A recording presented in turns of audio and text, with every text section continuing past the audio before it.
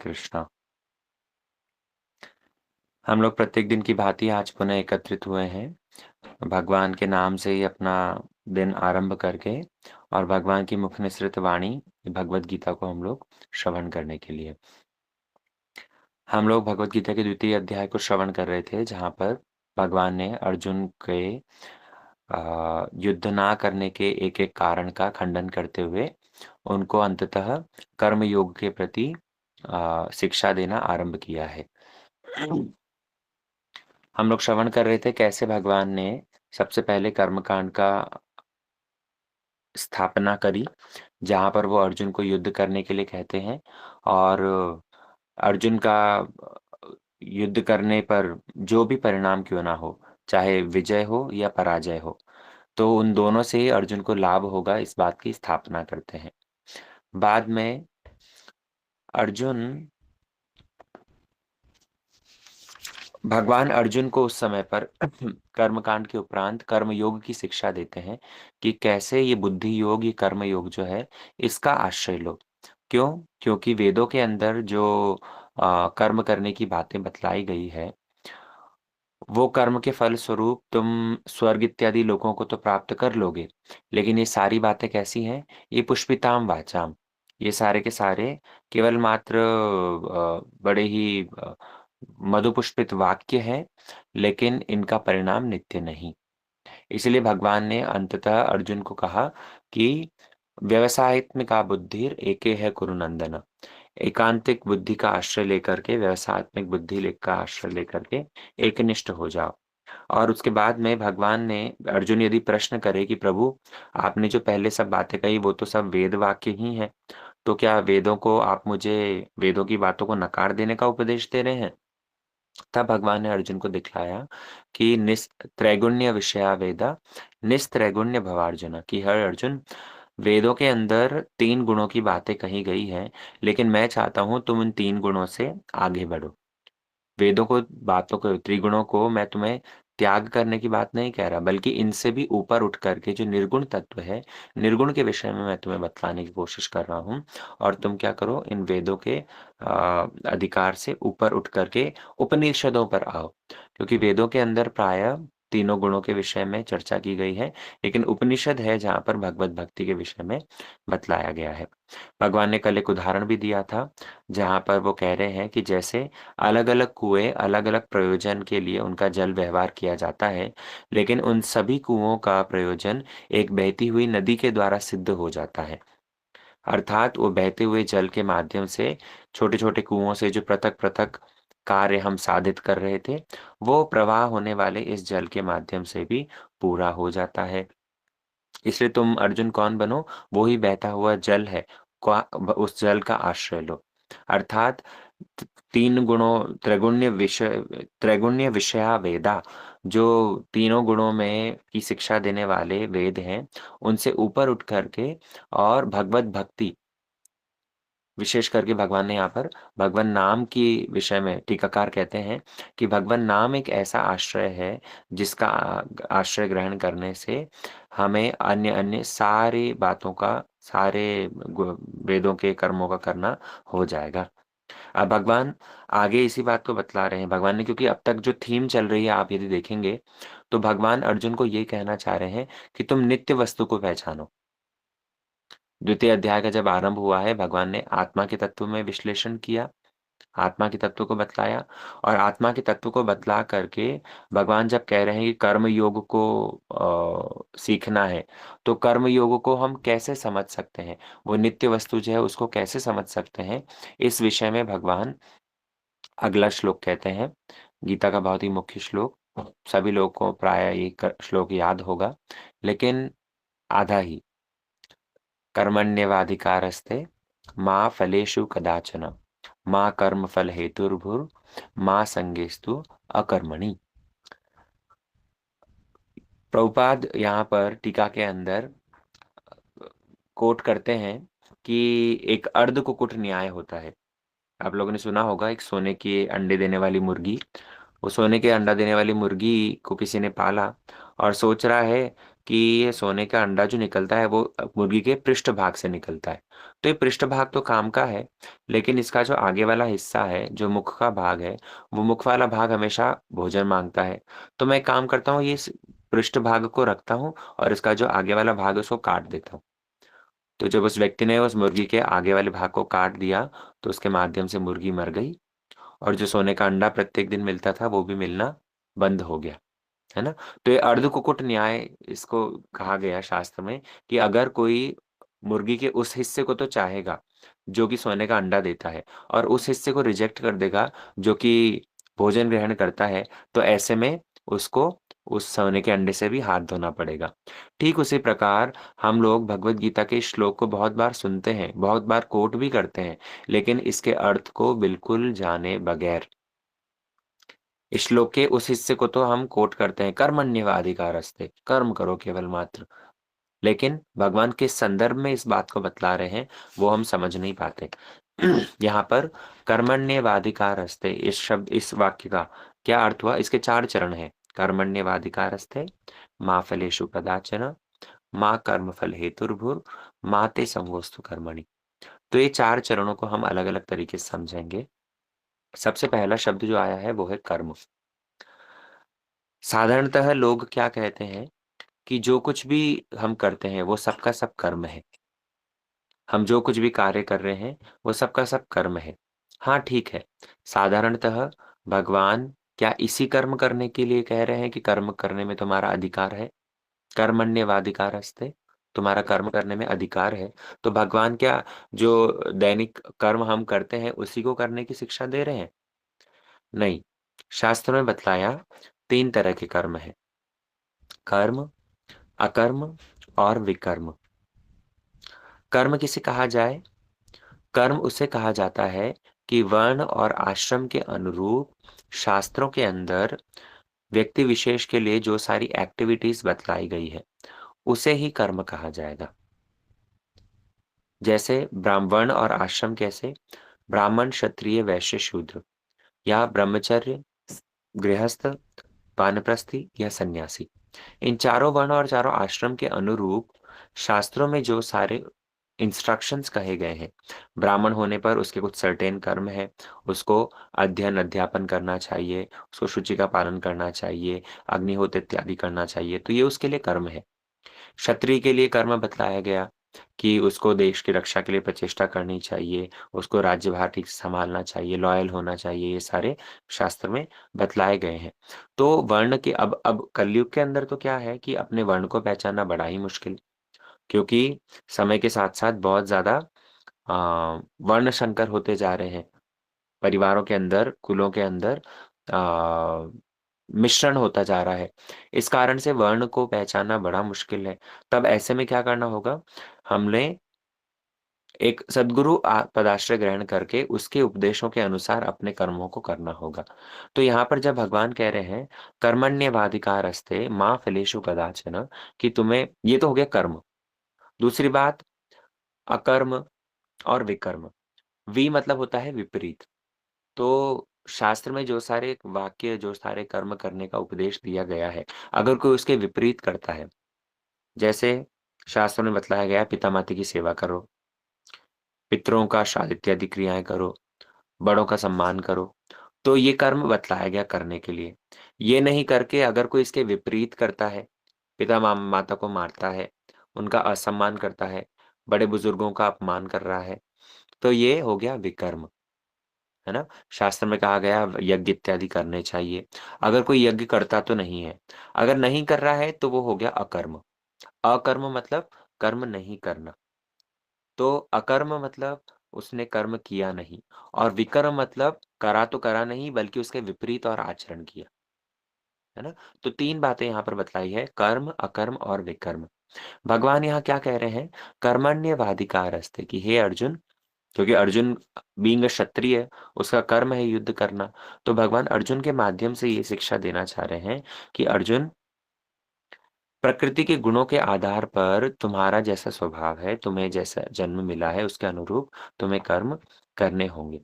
लेकिन मा फलेषु कदाचन, तुम्हारा कर्म करने में तो अधिकार है, फल के लिए तुम्हारा कोई अधिकार नहीं है। अब प्रश्न हो सकता है कि काफ़ी लोग तो केवल मात्र फल के लिए ही कर्म करते हैं, बल्कि कर्म करें या ना करें, फल सबको चाहिए होता है। जैसे स्टूडेंट्स हैं, पढ़ाई भले ही करी हो या ना करी हो, लेकिन एग्ज़ाम में टॉप सबको आना है ना? स्कोर सबको अच्छा करना है। व्यक्ति पूरे महीने भर जॉब के अंदर परिश्रम करे या ना करे, स्टैट्स उसके अच्छे हो या ना हो, लेकिन अंत में इंसेंटिव्स और सैलरी चाहिए ही चाहिए। तो यहाँ पर भगवान ये कहना चाह रहे हैं कि कर्म करने के लिए कर्म करो। भगवान ने पहले जैसे अर्जुन को बतलाया, ततो युद्धाय युज्यस्व, कि तुम युद्ध करने के लिए युद्ध करो अर्जुन, क्योंकि कर्म हर समय उसके जागतिक फल की प्राप्ति के लिए नहीं किए जाते। समझना बात को, कर्म को हमेशा जागतिक फल की प्राप्ति के लिए नहीं किया जाता, बल्कि उसके पारमार्थिक फल की प्राप्ति के लिए किया जाता है। अब प्रश्न हो सकता है कि पारमार्थिक फल कैसे मिलेगा? कौन से ऐसे कर्म हैं जिसके आधार पर हमें पारमार्थिक फल मिलेगा? तो वो डिपेंड करता है कि आप कौन-सा कर्म कर रहे हो। लेकिन यहाँ पर भगवान ये कहना चाह रहे हैं कि कर्म करने के लिए तो हे अर्जुन तुम्हारा अधिकार है, मा फलेषु कदाचन। फल के लिए तुम चिंता मत करो। फल के अंदर तुम्हारा कोई अधिकार नहीं है। क्योंकि अर्जुन युद्ध करने से बच रहे थे, युद्ध करने से पीछे हट रहे थे। किस लिए? कि इसका जो परिणाम होगा, इसका जो फल होगा, वो भयानक होगा। तो भगवान अर्जुन को ये कहना चाह रहे हैं कि तुम उस फल की चिंता किए बिना कर्म करो। फल जैसा भी होगा, अगर फल के विषय में ही चिंता करते रहेंगे, एक बात आप समझिए, कोई बच्चा यदि पढ़ रहा है, तो पढ़ने के पीछे जो उद्देश्य है, पढ़ने के पीछे जो पर्पज़ है, उस पर्पज़ को हमें पहचानना पड़ेगा। हम अगर पढ़ाई करते हैं, बच्चे अगर पढ़ाई करते हैं, तो उनका उद्देश्य क्या होता है? वो फल की प्राप्ति क्या है? कि अच्छे मार्क्स आ जाएँ, यही चाहते हैं। लेकिन वास्तव में पढ़ाई करनी चाहिए किस लिए? अपनी नॉलेज को एनहांस करने के लिए। पढ़ाई के साथ-साथ हमारी लर्निंग होती है, हमारा हमारी बुद्धि विकसित होती है ना? तो ये है मुख्य उद्देश्य पढ़ाई करने का। जैसे हम कुछ भी घर में भोजन बना रहे हैं, तो घर में भोजन बना रहे हैं, अगर वो हम कॉन्शियस होकर के बनाते हैं। कर्मण्यवाधिकारस्ते का अर्थ क्या हुआ कि अर्जुन तुम कर्म को करने के पीछे जो पर्पज़ है, उस पर्पज़ के ऊपर ज़्यादा फ़ोकस करो। अगर केवल मात्र परिणाम के ऊपर फ़ोकस करोगे, तो परिणाम के ऊपर फ़ोकस करने के माध्यम से तुम्हारा कर्म भी ठीक से नहीं होगा। क्या मतलब हुआ? जैसे अगर कोई व्यक्ति कॉम्पिटिटिव एग्ज़ाम के लिए प्रिपरेशन कर रहा है और उसकी केवल मात्र यही मन में चल रहा है कि मैं पास होऊँगा कि नहीं? मेरे मार्क्स कैसे आएँगे? क्या होगा? क्या नहीं होगा? तो अगर वो फल के विषय में ही केवल मात्र चिंता कर रहा है, तो उसके माध्यम से उसका कर्म प्रभावित होगा कि नहीं?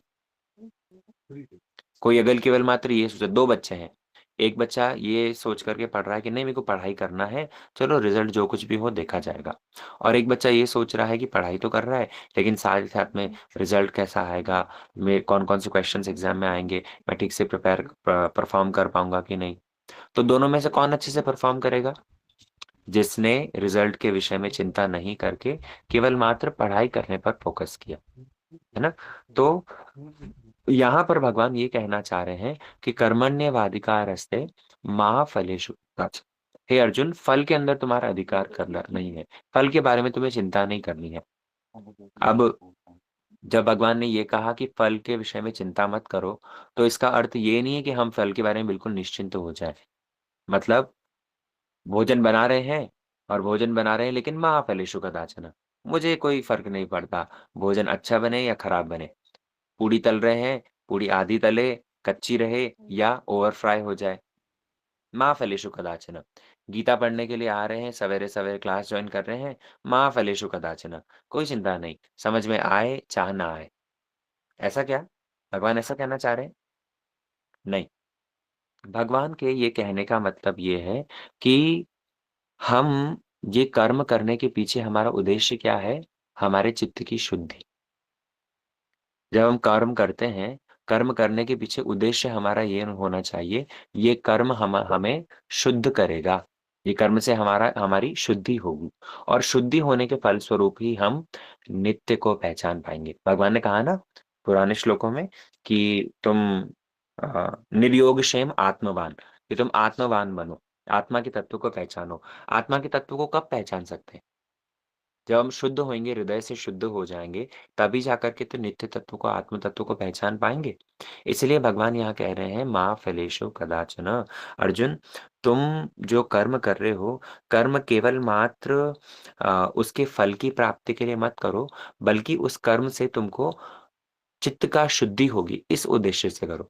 और सबसे अच्छा उद्देश्य तो है कि कृष्ण की प्रीति के लिए करो। हम कोई भी कर्म कर रहे हैं ना, तो उसके अंदर 3 पॉसिबिलिटीज़ हो सकती है।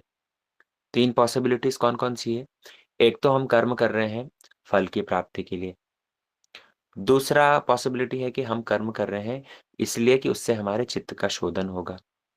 हम हमारा हृदय हम प्योर हो जाएँगे। और तीसरा सबसे टॉप मोस्ट है, वो क्या है कि हम कर्म कर रहे हैं कृष्ण की प्रीति के लिए। तो जिस समय पर हम कर्म कर रहे हैं केवल मात्र फल की प्राप्ति के लिए, तो वो तो बड़ा ही भयानक सिचुएशन है। हर समय एक इनसिक्योरिटी बनी रहेगी कि होगा कि नहीं होगा, फल प्राप्त होगा कि नहीं होगा, कैसा फल होगा, इस विषय में ही हम चिंतन करते रहेंगे। दूसरी पॉसिबिलिटी जो है जहाँ पर हम कर्म कर रहे हैं केवल मात्र शुद्धि के लिए, कि हाँ, देखो मुझे ये कर्म अनासक्त होकर के करना है। इसके माध्यम से रिज़ल्ट मिले तो भी अच्छा, नहीं मिले तो भी अच्छा, लेकिन मैं तो कम से कम ये कर्म कर रहा हूँ अपनी शुद्धि के लिए। तो ये एक सिचुएशन काफ़ी रिलैक्सिंग है, काफ़ी आरामदायक है, जहाँ पर हमारा दिमाग केवल मात्र उसी के अंदर नहीं लगा हुआ, रिज़ल्ट ओरिएंटेड नहीं है ना? और तीसरी सबसे मुख्य अवस्था जो है, जिसको भक्ति योग कहा गया, कर्म योग मतलब हम कर्म कर रहे हैं केवल मात्र शुद्धि के लिए। हमारी ये ड्यूटी है, प्रिस्क्राइब्ड ड्यूटी है, इसलिए हम कर्म कर रहे हैं। तो ये एक सेकंड सिचुएशन हुई। लेकिन तीसरी सिचुएशन जो बतला रहे हैं सबसे श्रेष्ठ, कि हम कर्म कर रहे हैं कृष्ण की प्रीति के लिए। तो जब भी हम कर्म करते हैं कृष्ण की प्रीति के लिए, तो कॉन्शियसली हम विचार क्या कर रहे हैं? भोजन बना रहे हैं। भोजन बना रहे हैं अगर भगवान को भोग लगाने के लिए, तो ऐसे में हमारा चिंतन क्या है? हमारा चिंतन यही हो रहा है कि नहीं, क्योंकि भगवान को भोग लगेगा, इसलिए हर चीज़ शुद्धता से बने, किसी भी तरह की भूल ना हो, नमक परफेक्ट हो, चीनी एकदम ठीक से रहे, है ना? तो उस समय हमारी कॉन्शसनेस कहाँ गई? हमारे चित्त के अंदर हमेशा चलता रहा भगवान का चिंतन। तो ये सबसे उन्नत अवस्था है। अगर ये नहीं हो, तो कम से कम अनासक्त होकर के, कर्मयोग के प्लेटफ़ॉर्म पर अनासक्त होकर के कि ठीक है, मैं ये कर्म कर रहा हूँ, कर्म करने के लिए, चित्त की शुद्धि के लिए, है ना? तो इन तीनों में से 3 सिचुएशंस जो बताई है, सबसे बेकार तो वही है कि जो व्यक्ति केवल मात्र फल की आशा से कर्म करता है। दूसरी सिचुएशन इससे बेटर ये है कि हाँ, कर्म करने के लिए कर्म कर रहा है। और तीसरी सबसे मुख्य, भगवत प्रीति के लिए कर्म किया जा रहा है ना? इसलिए भगवान कहते हैं, "मा फलेषु कदाचन"। अगली बात फिर थर्ड जो इसका चरण है, 2 चरण अभी तक हमें हमने समझे, कर्मण्येवाधिकारस्ते मा फलेषु कदाचन। अब तीसरा चरण के अंदर इसके अंदर भगवान कहते हैं, "मा कर्मफल हेतुर्भुर"। कोई अपने आप को कर्म करने स्वयं कर्ता यदि माने, माँ कर्मफल हेतुर्भुर, कि हे अर्जुन, तुम कभी भी अपने आप को कर्म करने वाला कर्ता मत मानो। अब ये तो बड़ी बड़ी नासमझ वाली बात हो गई। मतलब ये पल्ले नहीं पड़ रही, ऐसी बात हो गई। भगवान कह रहे हैं कि तुम कभी भी अपने आप को कर्ता मत मानो। ये कैसे संभव है? अरे मैंने पढ़ाई करी तब जाकर के तो एग्ज़ाम में अच्छा परफ़ॉर्म किया। मैंने भोजन बनाया, तब जाकर के तो भोजन अच्छा बना। मैंने क्लास दी, तब जाकर के तो बहुत लोग सीख पाए। तो कैसे हम अपने आप को कर्ता नहीं माने? क्रिकेट मैच चल रहा है, क्रिकेट लास्ट ओवर था, लास्ट ओवर के अंदर बैट्समैन आया, आकर के उसने 6 मार दिया और अब जाकर के क्या हुआ है, टीम जीत गई। लेकिन तब भी वो अगर ये सोचे कि नहीं मैं तो कर्म करता नहीं हूँ, ऐसा कभी संभव है? ऐसा बड़ा मुश्किल, ऐसा तो कोई कर नहीं पाएगा। तो भगवान यहाँ क्या कहना चाह रहे हैं, माँ कर्म फल हेतुर्भुर कह करके, कि अर्जुन तुम अपने आप को कर्ता मत मानो। कर्ता मत मानो मतलब तुम अकेले ही उस कर्म को करने वाले नहीं हो। You are not the only doer. तुम करता हो, लेकिन केवल मात्र तुम्हारे अकेले के करने से वो कार्य संपन्न हुआ, ऐसा नहीं है। क्रिकेट टीम हो सकता है लास्ट में आकर के जिस प्लेयर ने सिक्स मारा है तो उसके कारण टीम जीत गई, लेकिन केवल मात्र क्या उसी के कारण जीती? उससे पहले कितने सारे एम्प्लॉयज ने, कितने सारे प्लेयर्स ने परफॉर्म किया, क्या उनकी परफॉर्मेंस कोई मायने नहीं रखती? तो माँ कर्मफल हेतुर्भू का मतलब है कि हम अपने आप को, I am the only doer, मैं ही केवल मात्र इस कर्म को करने वाला करता हूँ, ऐसा नहीं मानना होगा। भोजन बना रहे हो, ठीक है, भोजन आप बनाने वाले हो, लेकिन भोजन जब बन रहा है तो उसके अंदर क्या अग्नि जो उस भोजन को पका रही है उसकी सहायता नहीं लगी? क्या जो मसाले ऊपर से दिए गए हैं उनका टेस्ट नहीं है? और मुख्य वस्तु जो सारे इंग्रेडिएंट्स हैं, उन इंग्रेडिएंट्स के अंदर अपना अपना एक विशेष टेस्ट है, क्या वो भगवान ने नहीं दिया? अगर हम अपने आप को ही कर्ता मान करके ये कह दें कि मैंने भोजन बनाया तभी जाकर के इतना बढ़िया बना है, तब तो फिर होगा नहीं, है ना? एक किसान वो खेती कर रहा है, और खेती करके जब अच्छी फसल हो, तब अपने आप को उस अच्छी फसल के लिए क्रेडिट दे दे कि मैंने खेती करी, तभी जाकर के तो इतना बढ़िया फसल हुई, लहलहाती हुई फसल हुई। तो क्या ये ठीक होगा? ये ठीक नहीं होगा, क्योंकि वो तो केवल मात्र खेती कर सकता है, बीज बो सकता है। ज़मीन के अंदर, माटी के अंदर जो उपजाऊ शक्ति है, वो उसके विषय में किसान का क्या रोल है? उसका क्या कर्तृत्व है वहाँ पर?